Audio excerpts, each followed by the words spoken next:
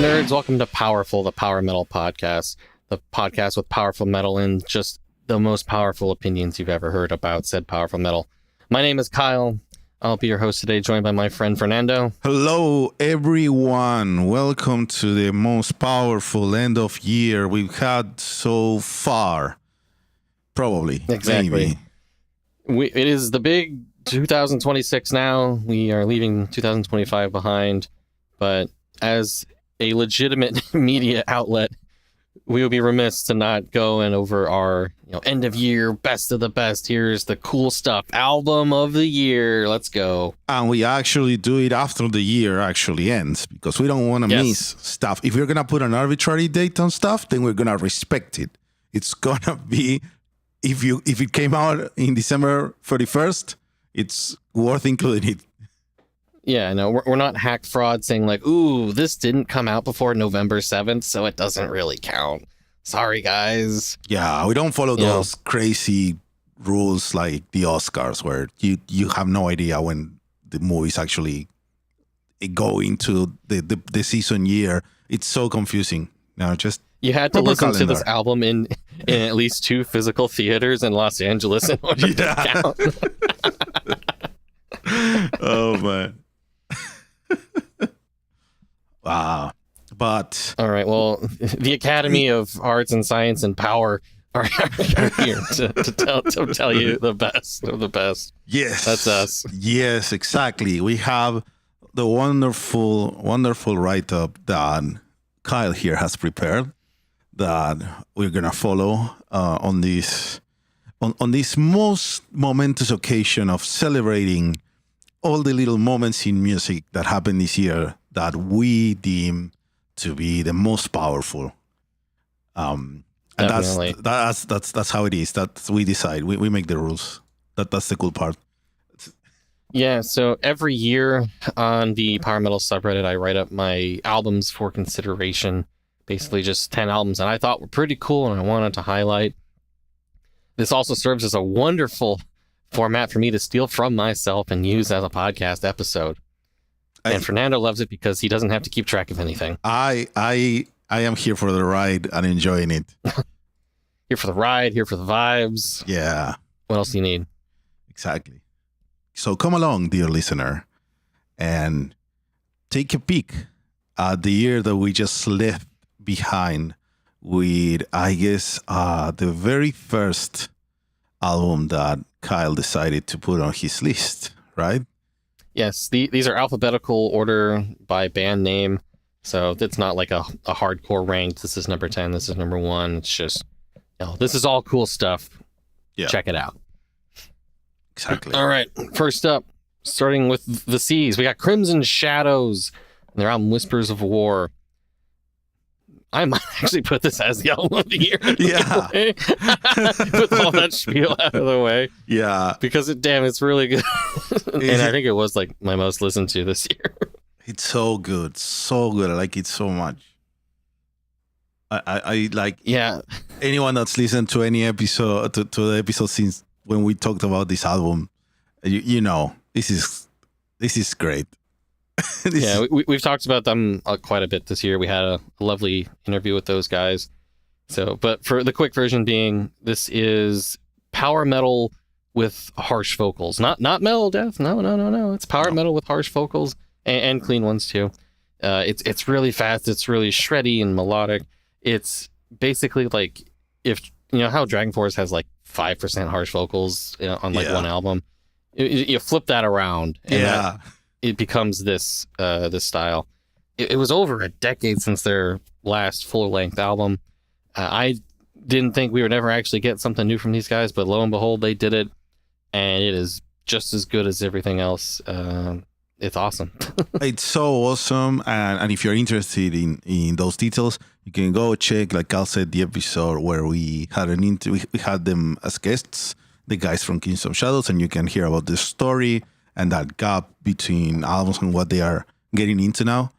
But it's so cool. I remember listening to the cover they did of the Dragon Force song, Blackfire. Blackfire, I think, right? Yeah. And I was so impressed because it was so it's hard to be accurate on those covers of all Dragon Force. And I know that they had done their own thing, and now that we could hear new stuff where they are doing their own thing in that style, it's so good. A lot of people are turned off by harsh vocals. You have to listen, try again. Listen to more stuff. This is one that could win you over, I think. Yeah, I think so. I really think so, because it's just a lot of fun. It has that relentlessness of going forward fast, but with very cool melodies, catchy hooks. It's everything. It's so good. Big recommendation. Yeah, I think like the one criticism I sometimes see levied at this is that like maybe the songs blend together a little bit, like stylistically, but there's no one else really doing it like this, so I don't really care. And when you think that, let's say from this album has like 9 songs in it. Just pick the 3 or 4 that you like. That's fine. You don't need to listen to the whole album every time. If you feel like you get fatigued or you feel like they are blending, choose the ones that you like and stay with that and be happy. That's valid too. It's not like they did 300 songs that are all the same. We'll judge them differently if that happens. But yeah, right now, everything's cool. I really liked the song Battle Hard 2, Battle Harder, yes. As well as Secrets of Our Time featuring Brittany Slays from Unleash the Archers. If you want to just jump into a couple of my favorites there. Yeah. Go for those. Those are good recommendations. Kyle gives good recommendations. Oh, I'm going to give the best recommendation. The best because next up, I am recommending Eons Enthroned. Oh, yeah. What? The end of hope. It's the second one because of the... We're so back. Yeah, yes. So I finally made the other album after a long time. And as we said repeatedly, yes, this was the plan. The podcast is just for the long con, for me to sell you my own albums. And this is one of them. A lot of work went into this, and it took forever to finish it. But we did it. We did a Star Wars, and it. You did a Star Wars, dude. Yeah, and we tried to do a bit of the Dragon Force thing too. It's not the whole thing, but it's there. It's not nearly as much as it's like, just like Crimson Shadows. It's just a little bit. Just a little bit of keeping that DNA in there. But also we are not good enough to do that kind of stuff. Anyways.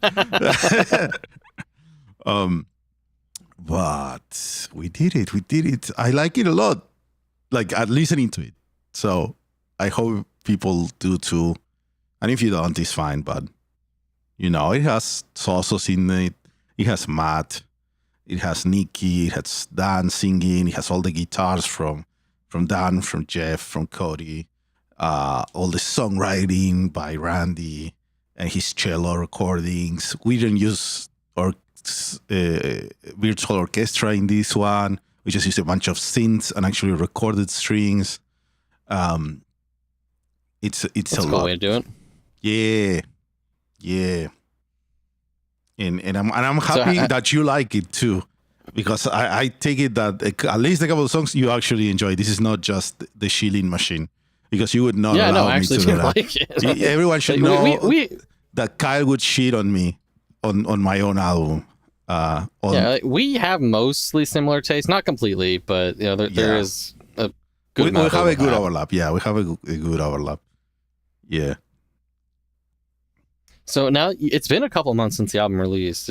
Have your feelings on it progressed beyond just like, oh, thank God this is out, or is it? I listened to it the day it released. I had listened to it so much that this is what happens right when you release albums, especially with me that I mixed it and I was like editing until the last second. And I know this album by heart, top to bottom. I listened to it 200 times this week. So I took a breather from it. But I've been listening to it again. Having some space there work, or does it just bring you right back to that space of, oh God, what if I tweak that some more? I mean, that happens all the time. But that is not, it's not, oh, why didn't I fix that? Is, oh, I need to take that into account for the next album. Because I didn't notice that's it. good too. Lessons. Yeah, and it's always lesson learning. learned. We always get better with each release. That's the idea. And I really do enjoy listening to it. Like it brings me joy as to listen to the whole thing, that it actually sort of works as we envisioned as a whole concept album that you are supposed to listen in full and not just individual songs. I'm also on the Reddit post that I made and talking about this, quite a few people in the comments like, "Oh, a Star Wars album? Ooh, don't mind if I do." And so like it's a super easy sell. It's a very good hook. With that, I think. Yeah. KOTOR? Don't mind if I do. Yeah. I think that's also like, we really like the idea that it was obscure Star Wars, not. Yeah, and then mainstream. like a month later, they announced a new a KOTOR video game, which probably won't be out for like 5 years. So but weird. Hey, but it's great timing. It is great awesome. timing. Great timing. Yeah. Like we're actually gonna, I don't know. Yeah, I guess not enough people listen to this, doesn't matter. But we're working on a new album. And for some reason, one of the songs is like a continuation to the story of the album, of this one. So is that a different one album idea than the one you told me? Because I don't see how that works. It's there's the one that I told you that's probably gonna come out after. So there is one album with just song, not a concept album, normal power metal album, no normal album, metal album with songs, whatever. They are not connected, but one of them is gonna be related to the story of at the end of Hope. Okay, cool. I don't know. I don't know why. I saw it there. The guys are working on it. And it's like, let's see more Star Wars. Yeah. Now you see how Disney feels. It's like, we'll just keep it running. Yeah. We just go up until the cease and desist show up. You have to have that out before the 50th anniversary next year. Before the 50th anniversary next year. Yeah, you're right. That's not going to happen. Isn't that in like the first half of the year? No, there's no way. No, that's not. May, I cannot promise that much. I cannot do that. But it's cool that all right. It's cool that things are changing in Disney, and maybe Star Wars is going to be less awful in the future with Dave Filoni at the head. And that's what people say, at least. Yeah, I don't know. Yeah, no, but Dave Filoni hasn't exactly been good the last few years. Well, I don't know. People are saying that the guy with the hat is better than anything else. So whatever. We'll see. I try to not care. Are we gonna Star Wars discourse already? Already, man. Yeah. We get so easily. It's quick. Eject. Right. Go and check out Eons Enthroned at the end of Hope. It's cool. It has some funny songs going on that are not funny. They're just like weird. And some are just super straightforward. Very old school power metal meets newer power metal and some proggy stuff that is surprisingly popular.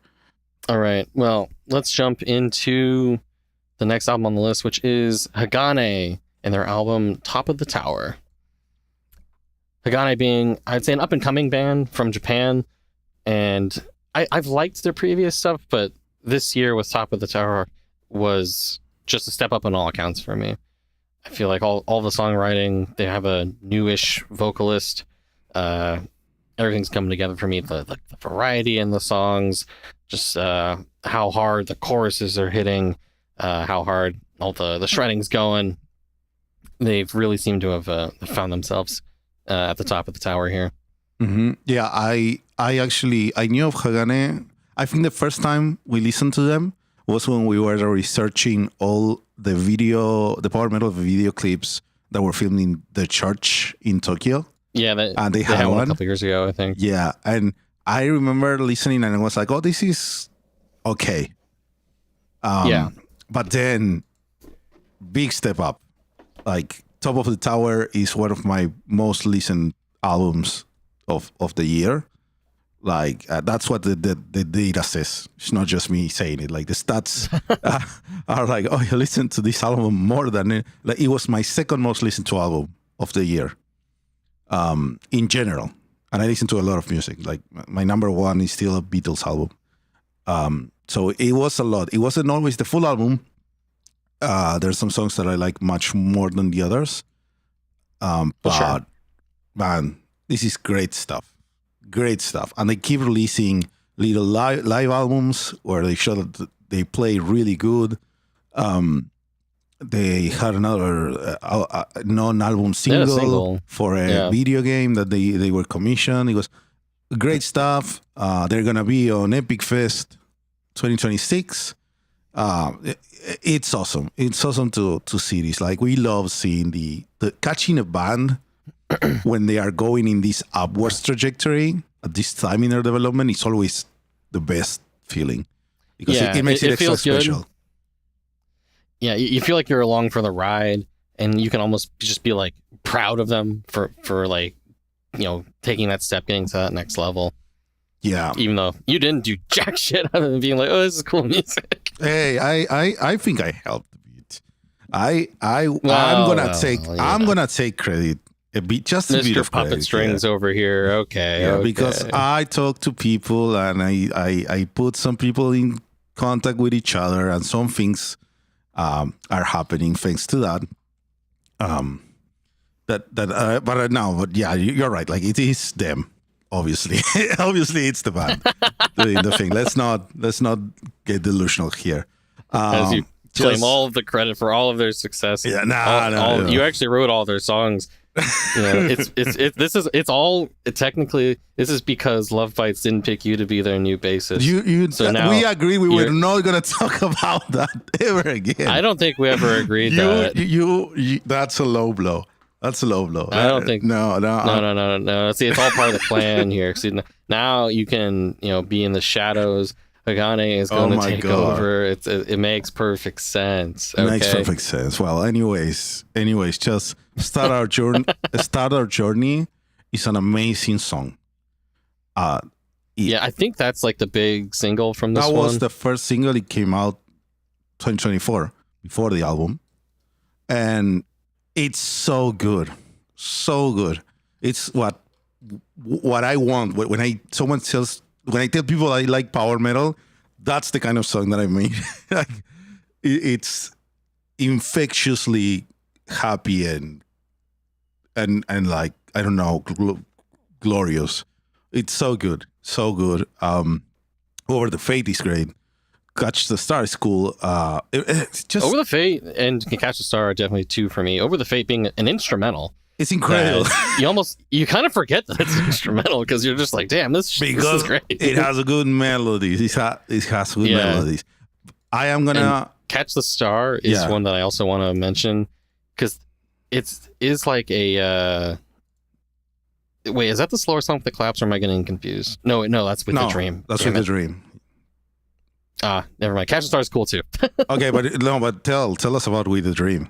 What were you thinking? So With the Dream, it's the second to last song on the album. It's a bit on the slower side, but it has this. It's so catchy, and it has these like clap sounds in the chorus, and it sounds so stupid, but it's so infectious that I'm like, it wins me over, and with a thing that I think a lesser band would not be able to do.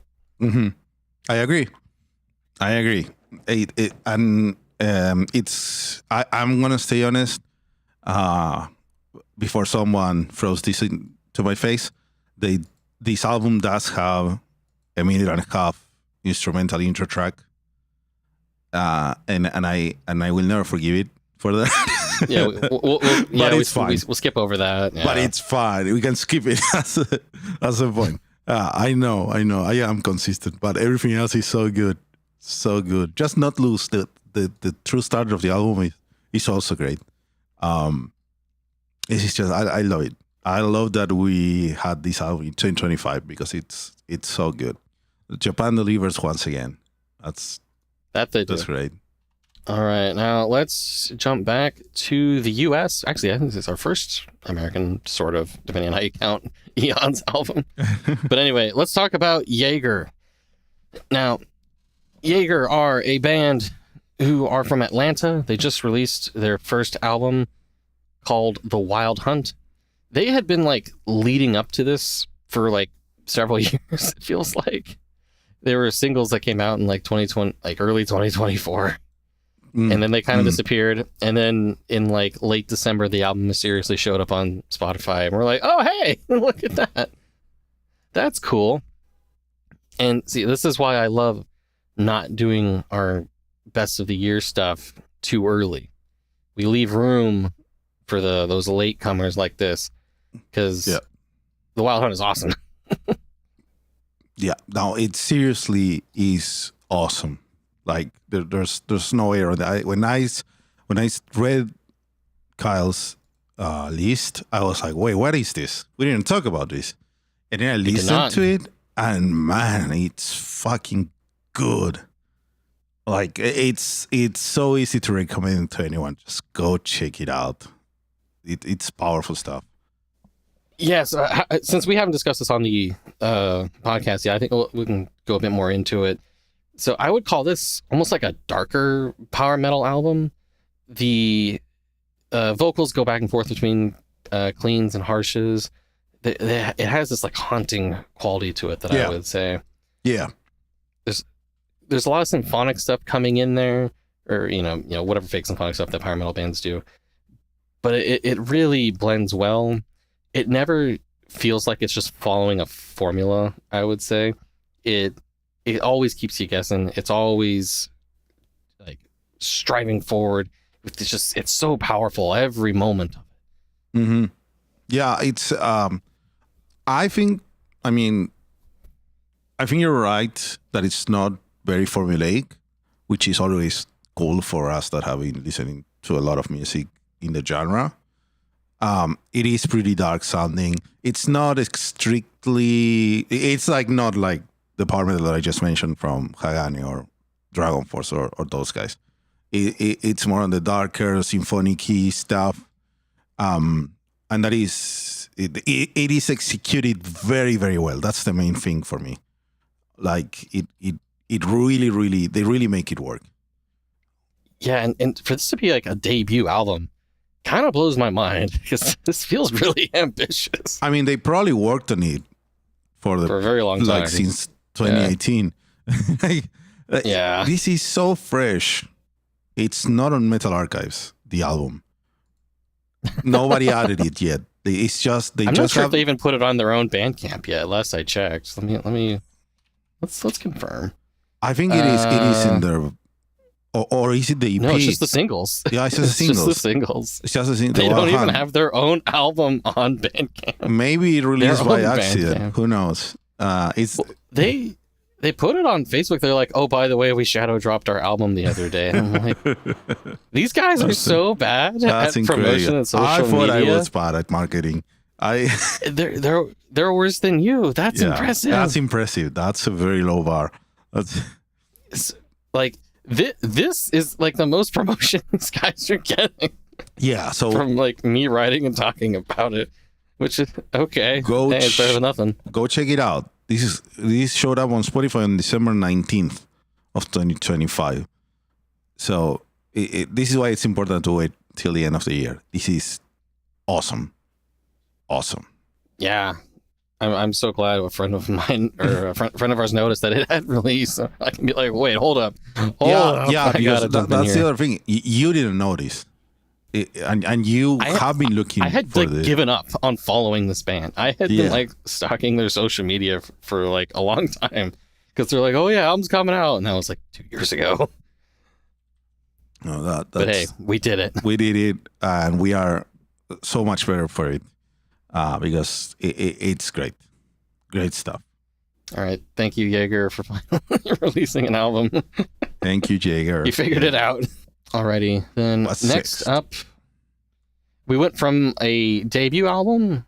Now we're going to go to a final album. The band Master Sword, a Zelda-themed prog power band, released Playing with Time, their Majora's Mask inspired album, which I think was really good. I haven't always been huge on Master Sword stuff, but they definitely won me over with this one. It may be a shame that it took until their, I guess, final album to do it, but hey, better than nothing. I mean, one really go out with a banger. Oh, that's definitely. It's there's a lot going on with this album. It involves a lot of the like sort of like creepy somberness that happens with, I would say, anything Majora's Mask inspired. They also have just a lot of like fast, cool power metal. Like this is a prog album. It's got some long stuff in it. It's songs that are really evolving throughout 9+ minutes or whatever's going on.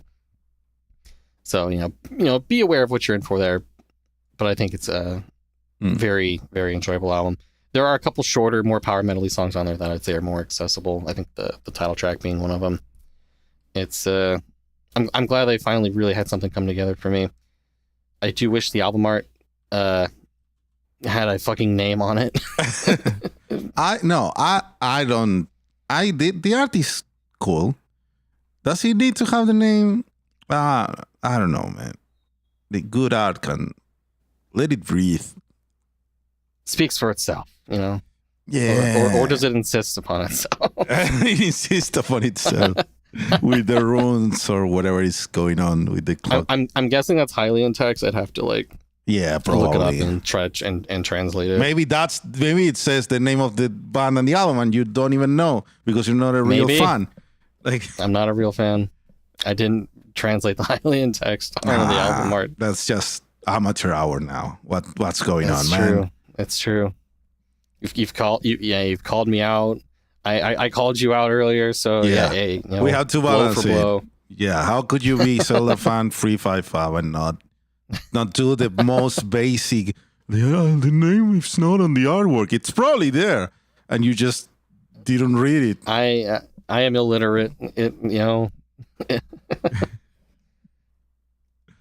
It's good. It's cool stuff. It's a cool album. It's cool art. We're good. Yeah, I think being a Zelda guy definitely you get that extra layer, but it's not necessary to be oh, so that's what's going on here, because it's cool music on its own. Mm-hmm. They do bring in some melodies from the game, not a lot. I think they didn't want to lean on that as a crutch, but they dabble in it here and there just as a little extra, a little something something. Mm-hmm. Yeah, I think that's a good approach always. Because definitely. Do we know why they split up? I think the main guy was just done. Oh, that's good. Yeah, that's cool. That's chill.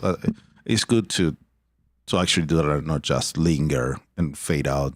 And I say, hey guys, maybe we'll, big things are coming. Yeah.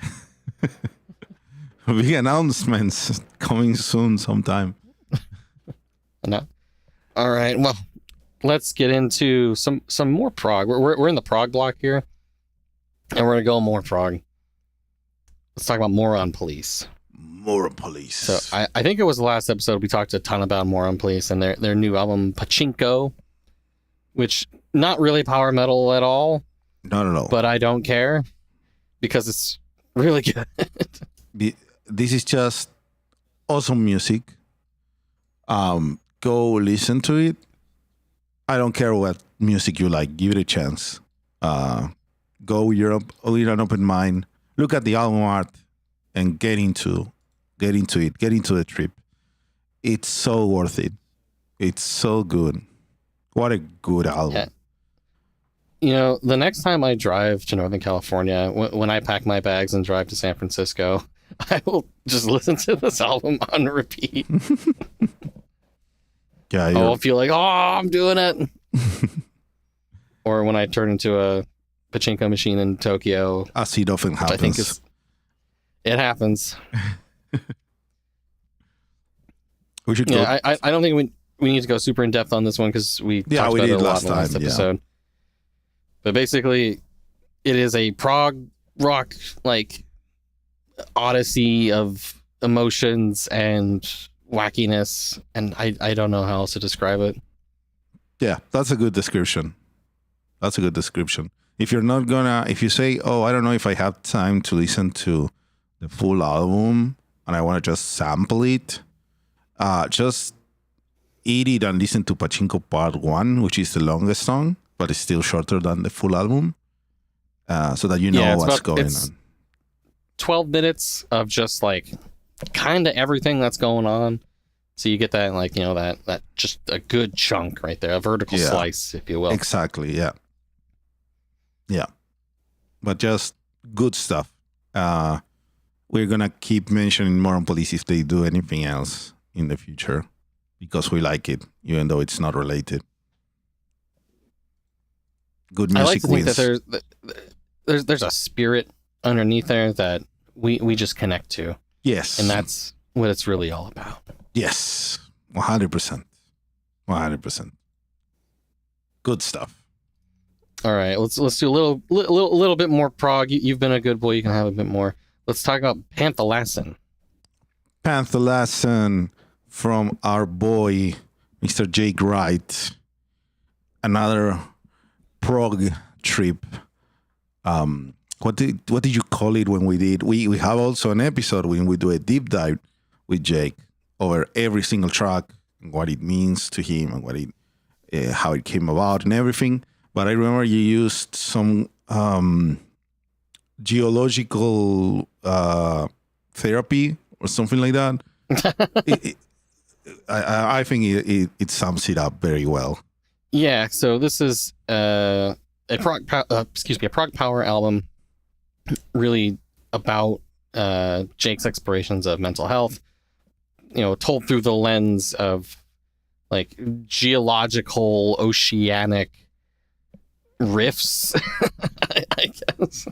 Yeah, because like you are allowed to have more than one interest, and in this case is power metal, prog power, and geology. And it's like, yeah, just go crazy. Use those things. And it created a really, really cool final product. Definitely. Like this, there's so much you can really dig into here, which I really liked the long chat we had with him, just going through like his interpretations or intentions behind things, like our own interpretations of it for how we want to take away like the explorations of mental health, like the journey that one might go through and how it connects to these different musical themes too. It's like, the nerdiest of the nerdy stuff, but if you're into people waxing philosophical about sick riffs, this is the way to go. Yeah, I think it really adds to it. I mean, obviously you can just listen to the album and that's it, right? That's perfectly valid. But if you want to engage with it a bit more, this is a very personal album for Jake. So when you get all those stories from him and that extra level of the meanings that were intended, you get a lot more out of it later. At least I think so. Yeah, and to the real prog power sickos, I think musically I might most liken it to something like Tanagra. Yeah, we love their Meridian album, and the final song on this album, Embers on Our Shore, is, I think, like, you could almost call it like a spiritual successor to Witness from that album. I think Jake even said that was like part of what he was going for. So, hey, if that's not an endorsement, I don't know what is. Yeah. Also, there's a Piano on Fire. And there's a Piano on Fire for getting like trying to hook more people. It's not just big brain. It's but it's very good. It's very, very good stuff. And we're very happy that he was able to make this and release it and put it out into the world, because and it's it was like important mostly a solo project. Like not entirely, yes. But pretty much all like songwriting, most guitar stuff, the vocals, it's him. Yep. He really put everything into it. One of the big traditions of metal, it's solo project except for the drummer. Yeah, it's you gotta just. I feel like drummers are ones that get like passed around between bands. Yes, a lot. There's only 6 drummers, and everyone they are in 36 bands each. Yeah, because it's like, oh, do you know the drummer's also in this band? Oh, in this band. Like, oh, wow, how about that? That's just how it works. It's a drummer's market, baby. Let's go. Yeah. All right. Now we haven't gotten weird enough on this episode. Incredibly. With all the prog. Yeah, I don't know how my list kind of ended up this way, where we have like some pretty weird stuff, and then I say, no, that's not weird enough. We gotta go harder. So I want to talk a little bit about the band Scimitar and their debut album Scimitarium I. I think we talked about these guys a little bit, and I won't say this is like my most listened to album of the year, but it's just so weird and so cool that I feel like I had to get like a really out there pick on this here list. Yeah. So Scimitar as a project is like a mixture of a lot of things. If I had to pick a few, it'd be like traditional or like speed metal mixed with like black metal with like a punk rock energy to it. I mean, this all sounds made up and dumb, but just go with it. Just go with it. Trust me, it's cool. Yeah.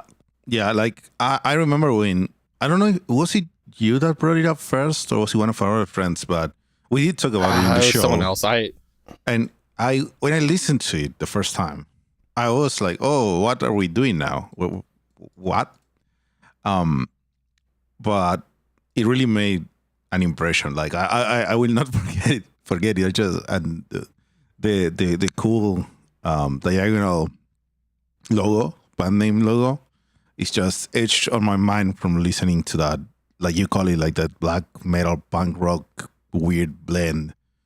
It's definitely sound wise. It's nothing like anything else on your list. I'd say. It is the most, as I said, hear me out style of pick on here. I mean, I've talked about like Curtain Wall or Demon Bitch in the past on these things, so I want to get a little spice in here. Yeah. We're gonna go back to normal stuff after this, okay? So just let me have this one here. Yeah. No, I think it's great because we need variety. Variety is good. And it was actually a good time listening to it. A friend of ours in Europe, I think, finally managed to see these guys live at some show somewhere, and he wasn't too drunk that he missed it. And he said they were really cool. So I'm glad that they are also cool live. Nice. All right. You made it through, everybody. We're gonna get back to like quote unquote normal power metal now. Yeah. We got through all the weird prog bullshit. It's actually the most normal power metal for a big chunk of probably the audience. So normal that is like the most Italian power metal you could get in 2025. Yes. Like, it's incredible. Let's talk about the Seventh Guild and their debut album, Triumviro. This is one that came out, I think, pretty early in the year.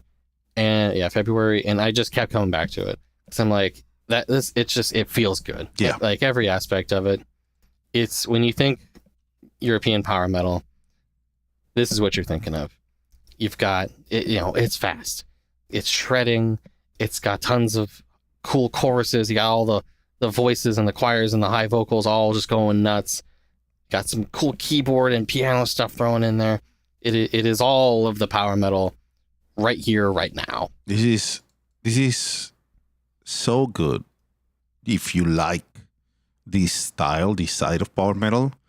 I remember that I did not know about it when it released. Like I learned of it very late, and I was like, I could have been listening to this all this time. We Giacomo Bolli, Ivan Giannini, and Tommy Fuller. I'm more familiar with Ivan and Giacomo, but Tommy Fuller is from Skeleton, and yes, 100% yes. Give me all of it. Please connect it right into my veins. And luckily, a lot of the songs are really good. Yeah. It's one where like when I'm clicking through on like the songs I like on Spotify, it's like, damn, it's most of the songs. Yeah, man, it's so cool. So cool.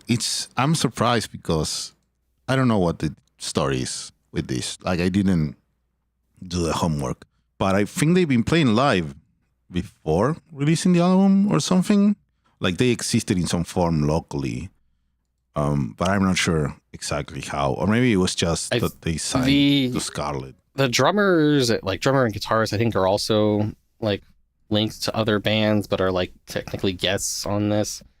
Yes, I don't think Mental Archives had it correct all the staff members, but it's if you like that, that Vision Divine, Rhapsody, that like that style of Italian power metal. This is that, and it's really good. You can probably pull some ancient bards from out of that. It's not quite that symphonic, but it doesn't go that extreme in symphonic, but it has that vibe, that general sound. Yeah, that's sort of like dramatic flair that I think the Italians bring to it. Yeah, exactly, 100%.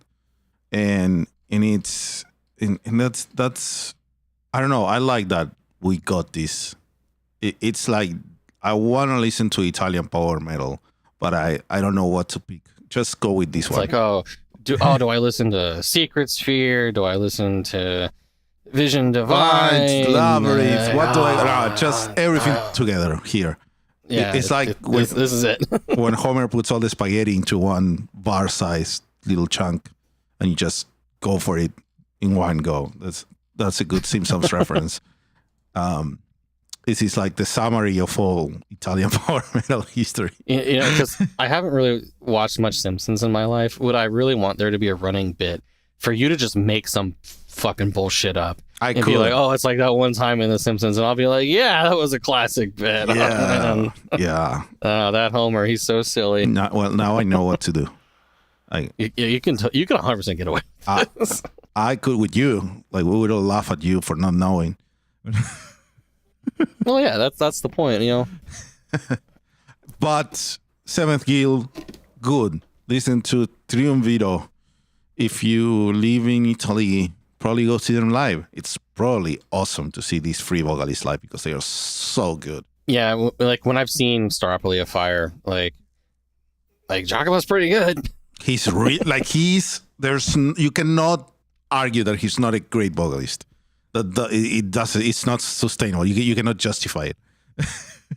No matter how much you hate Staropoli, Giacomo is so good. Yeah, and Ivan Giannini I think is one of my favorites too from Italy.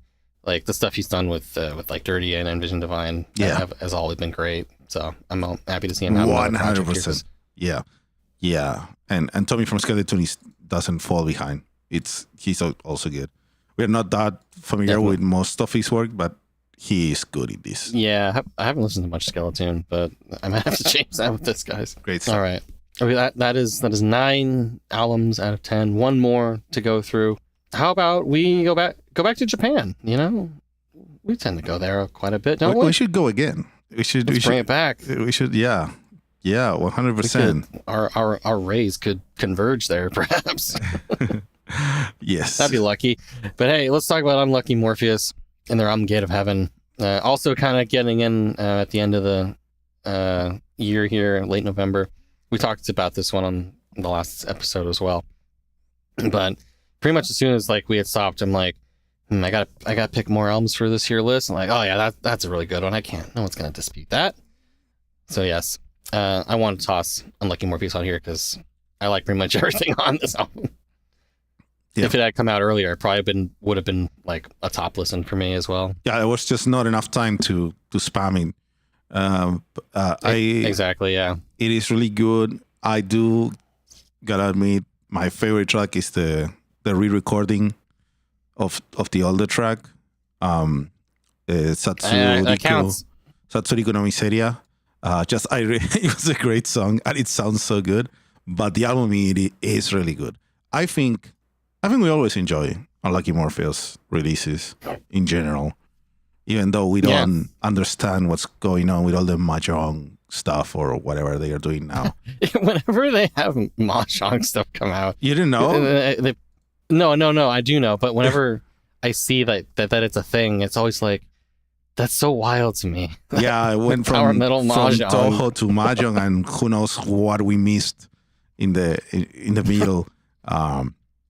That's the old language barrier thing, but we don't let it get in the way of the music. Yeah, when I think of Mahjong, I think of, Yakuza minigame Mahjong, where it's just like, I don't know how to do this. I'm not gonna learn. It looks so inaccessible. Actually, though, my mom has been playing Mahjong recently. Oh she got my into gosh, it. she's gonna get into the mafia, like in the Yakuza, and oh my god, with the when you go into the random Chinese restaurant, and then she gets taken to the back to the actual special room where they are playing Mahjong, and it's all smoke and just they are just gambling with people or something. There's no other way to play that. Yakuza filled Mahjong. Yeah, that's what my mom's getting up to. She's a gamer, dude. There's no other way to play that game with the table, the automatic table that does all the shuffling, that is super high tech. Oh man. Anyways, Gate of Heaven. I like it, Morpheus. It is good, certified, great power metal as usual. Again from Japan. A lot of violin with the cool violin.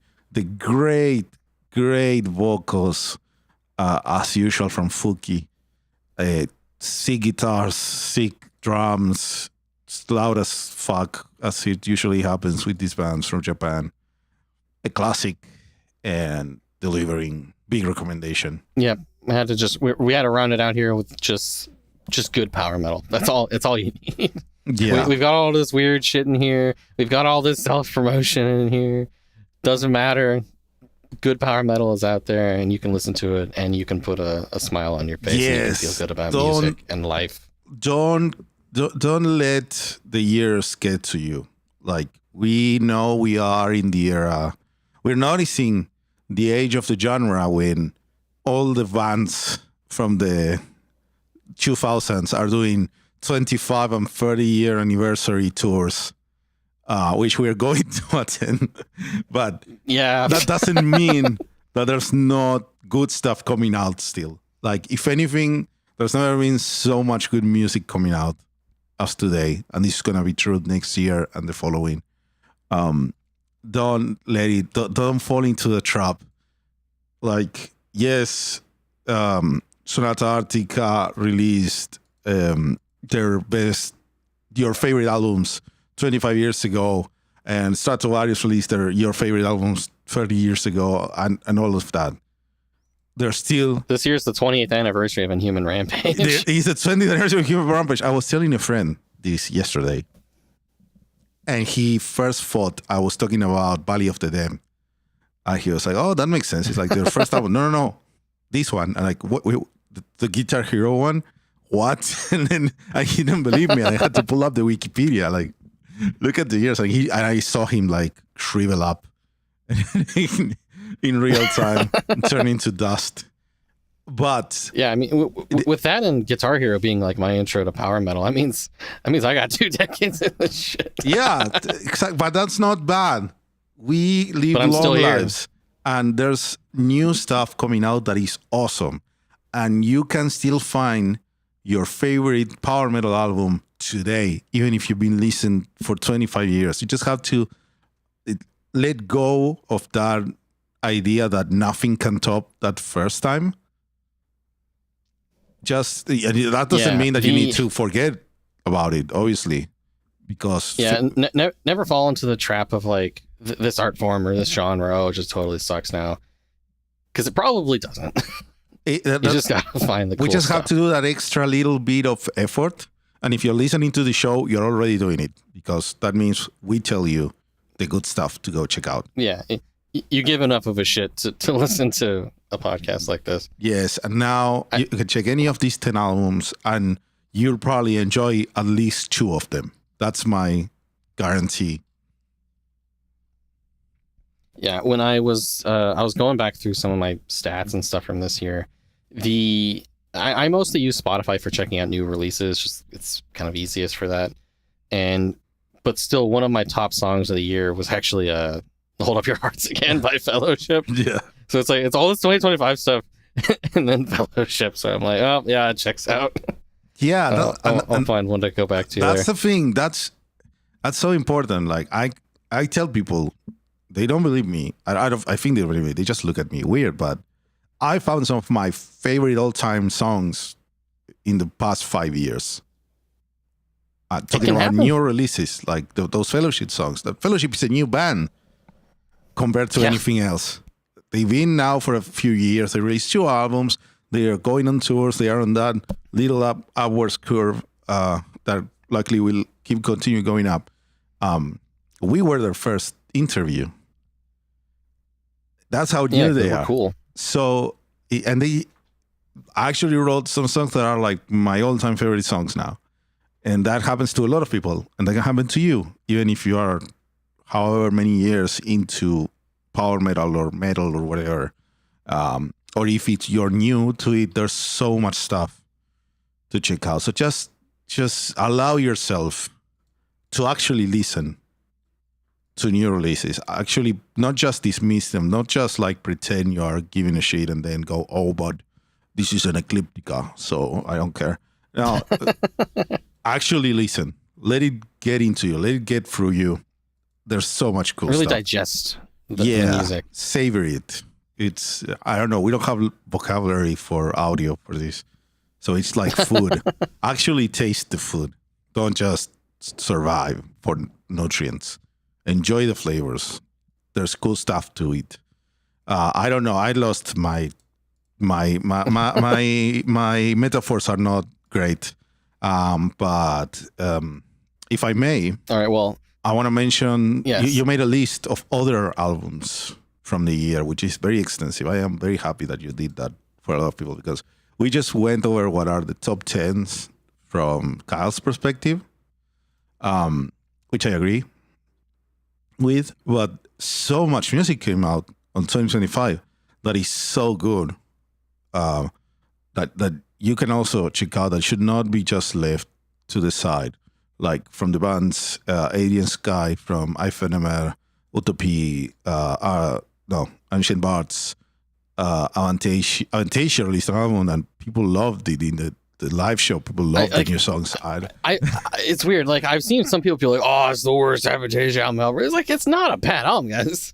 Put it on, you'll have a good time. Every year, Avantasia releases their worst album, according to people. Yeah, I don't care. Avantasia is a band people cannot be normal about. No, but it's odd. And we have stuff from like bands as big as Avantasia or bands as new as Scarlet Symphony. You should go check them out. Check out Dragon Knight, Elevate, Odyssey of Fae. No, I keep reading albums instead of bands. Exbamon, Halloween, Lycanthro, Majestica. These are all bands that put out albums in 2025. All Machines, Owlbear,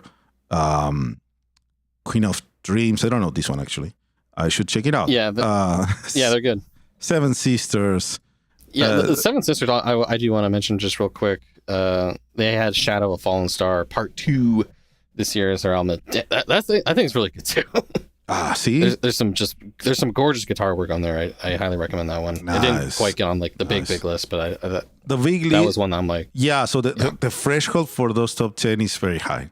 We gotta say, because we talked about this a bit before recording for other bands that we really liked, and other albums we really liked, but we had to put a stop on what we're gonna go in depth with. I don't know. Terra Atlantica is there. I guess it was meaningful for us specifically. TSIF, the Night Flight Orchestra. The Night Flight Orchestra released his recordings? Yeah, that album is good. Incredible. And of course, William Amorim released his EP, our dear drummer friend. There's so much good music. 2025 was a great year in general and for power metal, at least from our perspective, which is the one that matters because it is our show. Exactly. Did I miss anything that you wanted to specifically highlight as well? Or did I pretty much hit it all? I think you hit everything. I really like Exbamon as a new band, doing more traditional sounding power metal, surprisingly from the US as well, given the style they did. But yeah, I liked all of this. I enjoyed, I want to say, not just all these releases, but all the live shows that I went to this year. Yes, I did want to discuss live shows too. At the end of the year, I got to go to a Blind Guardian show playing Somewhere Far Beyond in full, and man, power metal is good, dude. Let me just say it. So I loved it so much. It's so great. 100%, man. Live music is so great, and luckily we have a lot of these power metal ones that are actively touring, and we can go see them. It's so good. I went to so many I saw so many bands this year. Of course, a big part of that is because we attended Epic Fest 2025, which feels like was more than a year ago, but it hasn't even been a year. And that 2026 is coming. 2026 is already coming, but that was so good. Like, we had a great time at that festival. I saw what I think was the best sounding power metal show I've ever been to, which was a Stratovarius set at the big stage. Yeah, it was great. The sound was pristine and perfect. The set list was great. It was slightly different from what I've seen them do in Buenos Aires a couple of years before. And we had a great time. The fellowship show was incredible, seeing them going into a larger stage and the audience absolutely loving every second of it. The Theocracy acoustic set in the Roskilde, in the Roskilde Church, in the cathedral, it was awesome. Absolutely amazing, super special stuff. That little show with Terra Atlantica in the small stage, I had zero expectations, but just being with people that really love that band and the way they conducted themselves on the stage, it made it so much fun. Like, it was the unexpected gem of that trip. It's amazing what connecting with joyful people can do. You know? Yes, it sounds silly, but it just elevates everything to a point that you really can't describe. Yeah, it really changes you because it immediately changes your perspective. You don't even know it. But like, I remember going in like, this is just another one of the checklists to take some photos and then we're going to talk about them. And then we have one of our friends that was like this incredible super fan, which made no sense to us. And just seeing them being happy about it. And actually, the band was good. Like, they played good, and they were very good on stage. They had great stage presence and how they interacted with the audience. And it was a very small, it's a small stage, which is the setting in which we saw Fellowship the year prior, which also was very special for us. So this kind of thing is great. Seeing Fabio doing Dawn of Victory with all of you guys, that was great. Because I know that you guys didn't have the Rhapsody reunion shows before in the States. That was great. Ross the Boss again with the dialing up the oh god, the guitars and everything. And seeing Ross the Boss with a bunch of drunk Manowar fans it's completely different because we saw the Ross the Boss band in Prog Power 2018. They were opening one of the days. I was sitting on the like in the seating area. It's such a different crowd than Prog Power, though. It's completely different. The experience was completely different. It was incredible because the guys were insane. The fans were like completely smashed and just having the time of their lives. People couldn't walk after that. It was. Beers were everywhere. Some people, they might have died, but no, they pulled it out. Yeah. It was great. No, man, that festival was a lot. That really was a super highlight of the year. I saw Angra doing Temple of Shadows because it was the 20th anniversary. It sounded like shit, but it was a great time. I got to see Lepros, which is not power metal, but it's top tier live music, progtastic as fuck. I have my list. I did a lot of things. I saw Sabotage. I don't know how they say it. I say Sabotage. I think that's how you say it. I saw Sabotage live in Brazil. It was incredible. A great show. I saw Taria and Marco together. I also saw Annette Olson as well doing her own show. You had some real banger shows this year. I'm jealous. No, man, I tell you, it's just incredible. Incredible. I got to see Glory Hammer in their first South American tour. I got to see Rata Blanca in a special show because it was the 35th anniversary of their second album, which is the important one, in a very huge 15,000 people venue. And we had a great time. It also had sound issues, but we still had a great time. They played 34 songs, just hit after hit after hit. Just incredible stuff. I saw Avantasia once again, and it was incredible. Just, man, what a good I also saw Avantasia. God, I kind of forgot that I saw Avantasia this year too, because like it's like so much has happened. That was a long time ago. But man, like those shows are so cool. Just 3 hours of tons of vocalists and just cool stuff coming and going. Yeah, it's the best. I'm so happy that Avantasia is still a thing because it's one of the best shows to go to. It gives you so much. Like the albums are great, and I like listening to them. But the live show is the whole. Yeah, that's the experience. I am always looking forward for the live show. I only see them twice, but it's everything. And you check what's the lineup coming. There was one of the guys in this tour, the vocalist from Heath. I forgot his name. He's so good.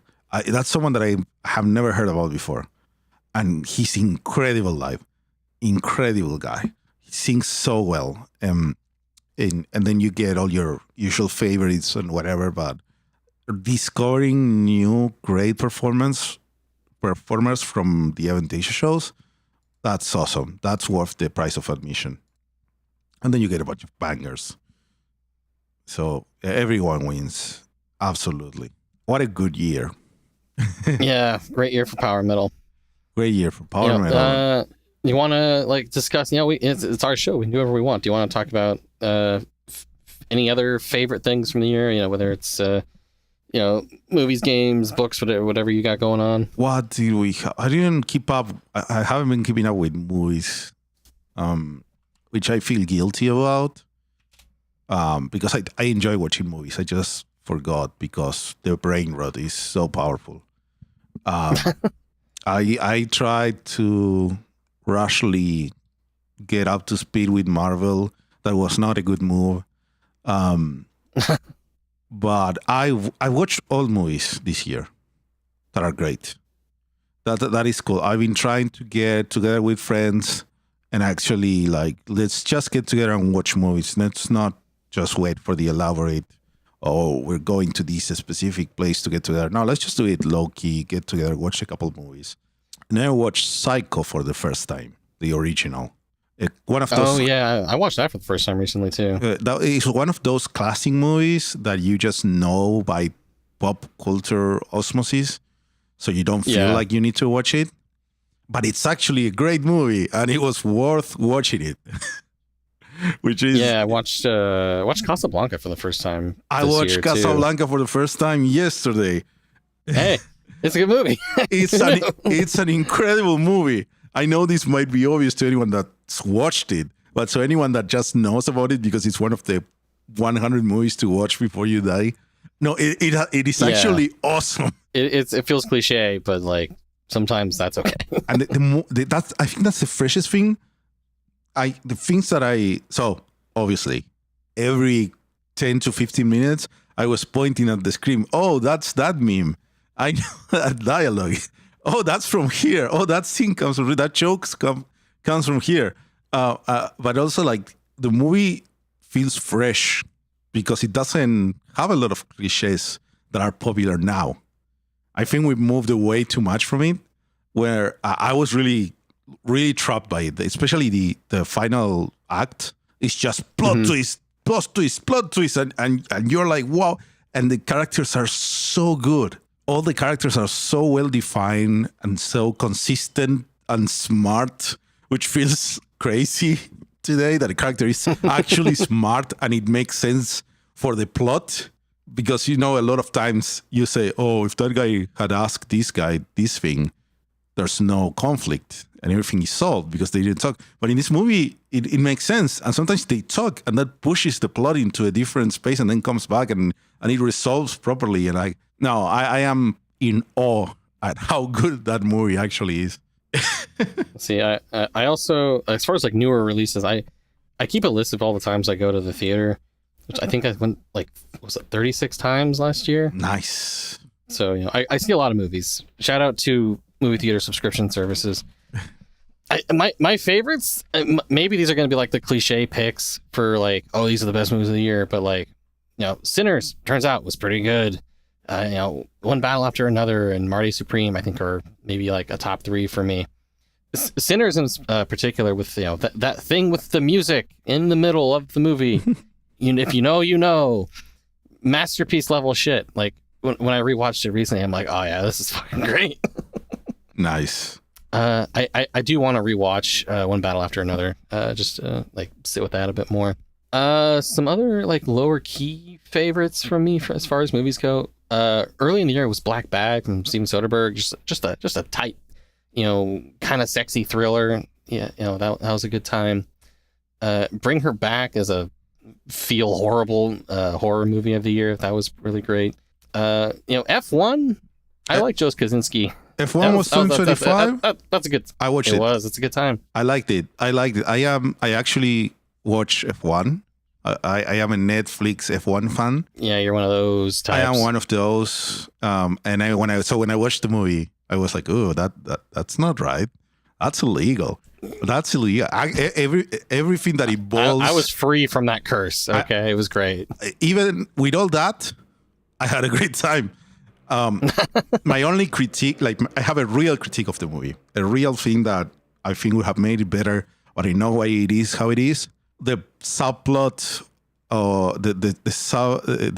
romance thing, completely unnecessary and cliched and boring. And the whole movie is cliche. No. But I know. But you know how it's a boomer movie, right? It's It's a geezer pleaser. Yeah, I love the phrase. But it disrupts the flow of the movie so much, and it achieves nothing. It's so annoying, but it's just to get the checkbox that, oh, the cowboy gets the girl at the end of the movie. We have to have that scene. Yeah, exactly. But you have to get the girl because it's a movie. Yeah, because it's a movie. Exactly. Just because it's a movie. Yeah. Which is so annoying. Everything else kind of works for the style of movie it is. It still makes it enjoyable. That one is like, it disrupts the movie unnecessarily. But besides that, I had a great time. I love the cinematography.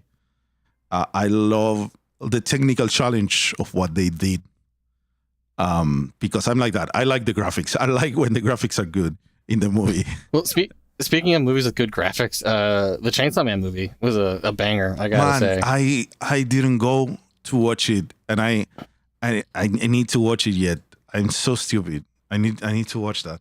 Yeah, you'd like it. It's just rad. Yeah, I know. Everyone is saying that, and I'm so stupid that I didn't go to support it in the cinemas because now that anime is more mainstream.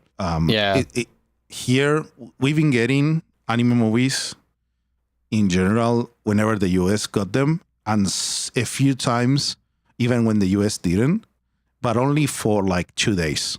Like they would screen 1 or 2 days like, as special things.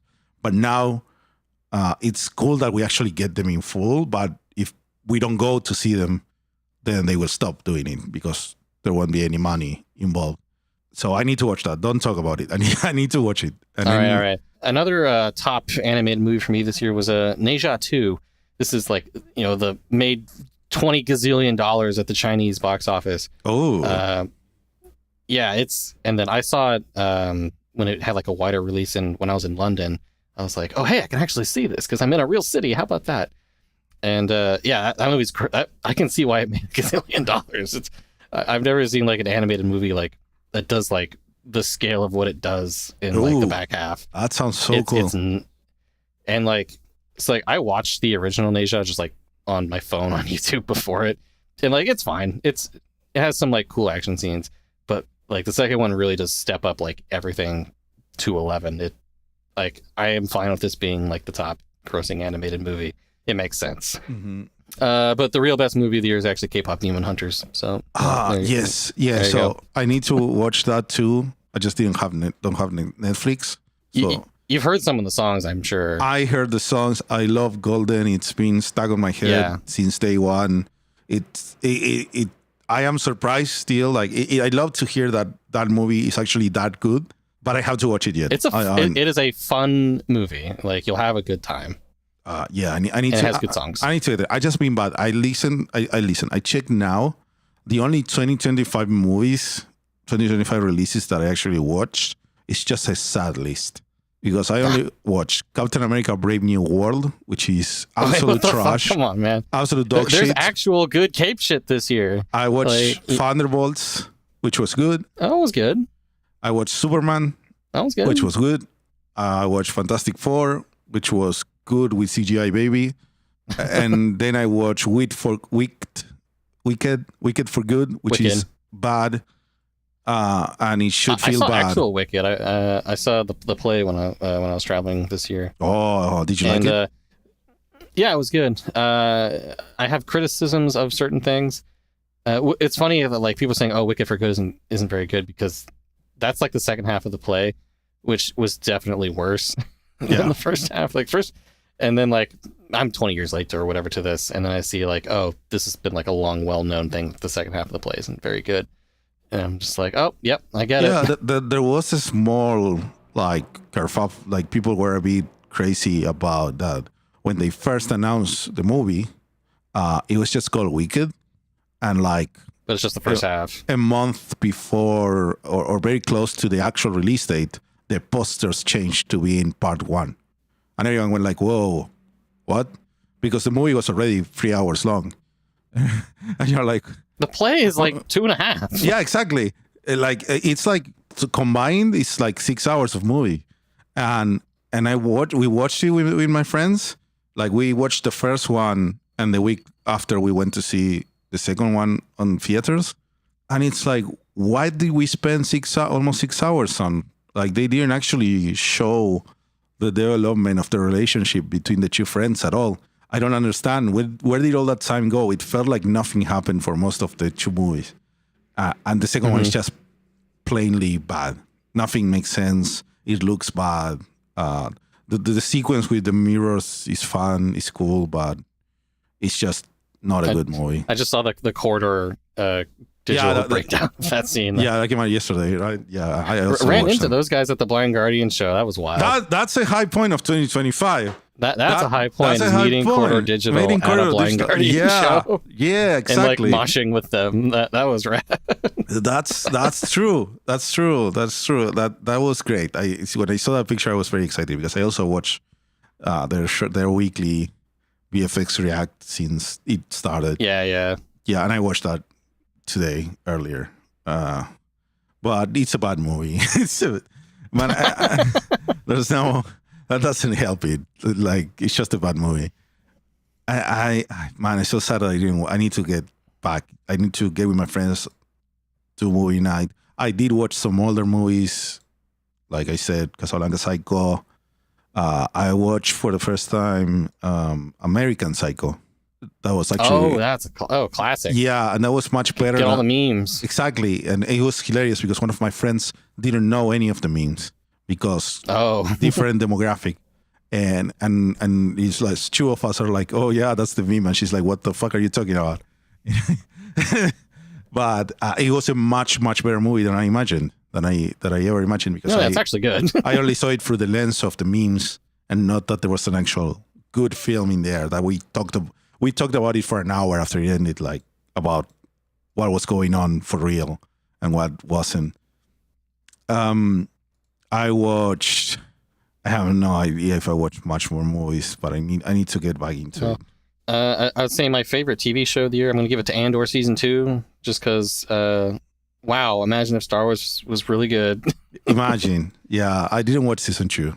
I watched Season 1, and the second arc was really good, the prison arc. That's really good TV. I need to get into Season 2 because everyone says it's not only awesome, it is topical. Which is scary. Yep. Well, like it's topical because these are things that have happened before and are happening again. And and as the great George Lucas says, it's history. It rhymes. It's like poetry. Yeah. That it does. Some other good shows this year. Pluribus. Shout out to Vince, my goat. Let's get Ray Seahorn that Emmy for once. What else? The Pitt. If you the like Pitt, 11 out of 10. feeling stressed. Incredible. Yeah, but not in the same way as the Bear. I think the Bear may be more stressed than the Pitt. I guess the people in the Pit are maybe more competent than like half the people in the Bear, I guess. It's also a shot like the Bear is shot to make you... It's shot chaotically. To make you stressed. Everything is tight and there's a lot of noise. The Pit is just the best medical drama, fake ER continuation ever. Like Noah Wiley as Fake Carter is amazing. It's such a good show, and now we have season 2 to get into. Came out 2 days ago. I got to gear myself up for that. Yeah, I was like hyping myself up as well. But it's a great, incredible show, incredible television. I'm so happy that it got made, regardless of the suing and all that, of the lawsuits. All right. I watched the Spider-Man animated show. Is that from 2025? I don't even know now. It might be older. I do not know. But it's very good. It's like really, really good. Because it did a lot of things that the the 90s animation couldn't do in terms of like action and fighting and guns and injuries. Yeah. And I don't know how to compare it to the most recent ones because I didn't watch them in full. But this little season 1 of Friendly Neighborhood Spider-Man, really, really good. I think we watch Frieren is from 2025, technically. Or was that 2024? I don't remember. Was that 2024? The first season of Frieren? Yeah. I think that was 2024. But Man, it was so long ago. Season 2 is starting now, and I was thinking, was it last year? Yeah, season 2 is about to start. A hell of a time to have Frieren and the Pit, as your double feature. Yeah, it's like to go up and down in the heartbeat. Like you take the uppers and then the relaxer, just to keep it balanced. Oh, yeah, you're right. It's not 2025. Well, anyways, great anime. Just to mention something. I don't know what other shows. I was watching Pluribus, but I didn't finish it. And by didn't finish it, I mean I only got to episode 2. All right. It might be one to just give it time, settle in, because I have the utmost confidence in Vince and the Albuquerque crew to do something special. Mm-hmm. Mm-hmm. What else do you have? I played a lot of video games last year. It feels maybe silly to say, oh yeah, Clair Obscur Expedition 33, really good, really love that one. Everyone loves that one. But yeah, no, it's great. I keep hoping they bring the concerts over to America because that'd be so fucking sick to see the music from that. Nice. It's incredible how much of a gamer I am that I only learn of that game existing because of all the memes of it taking away all the prizes and things from people. I didn't know such a thing existed at all. I am so disconnected from this universe. You didn't see people with the mime outfits or the baguettes this year? I have no idea what that means. No. Man. I've seen the post stuff. I've seen the memes of people at Christmas going to open their gifts and saying, no, your gift was taken by Expedition 33. and then it took a bunch of those to figure out what that meant. That it was it kept getting a bunch of awards and awards that people thought should go to different games because of the category, but it was no, it's Titanic. It's getting everything. All the awards go for Expedition 33. It's one of those. It does a lot of things very well, and a lot of people like it. So that's gonna happen. That's good. Yeah, that's nice. As much as I like stuff like Blueprints, or and Roger or Citizen Sleeper, there's a lot of cool games out there. I played a lot. I think my most played games here was Elden Ring Night Rain, which I feel like Elden Ring's it's my top game of the last 3 years. But I like FromSoft stuff, so shout out to the Duskbloods coming up. I don't. There's a lot of good games this year. There was like 20,000 Ninja games this year. Wow. Yeah, there was a lot. I haven't gotten to Ghost of Yota yet, but Ninja Gaiden Ragebound and Shinobi Art of Vengeance were really cool. Silksong came out this year. Wow. And it was really good. Imagine that. Yeah, I'm actually aware of that. I really liked Silksong. Yeah, I did not play. Even you can't escape the memes of Silksong. Yeah, I knew about it because my brother has a Discord server, and it was like a common occurrence there to compare things to, like, it came out before Silksong. It was like the new, what was it for me? The Duke Nukem Forever. Exactly. Well, yeah. That's how old I am.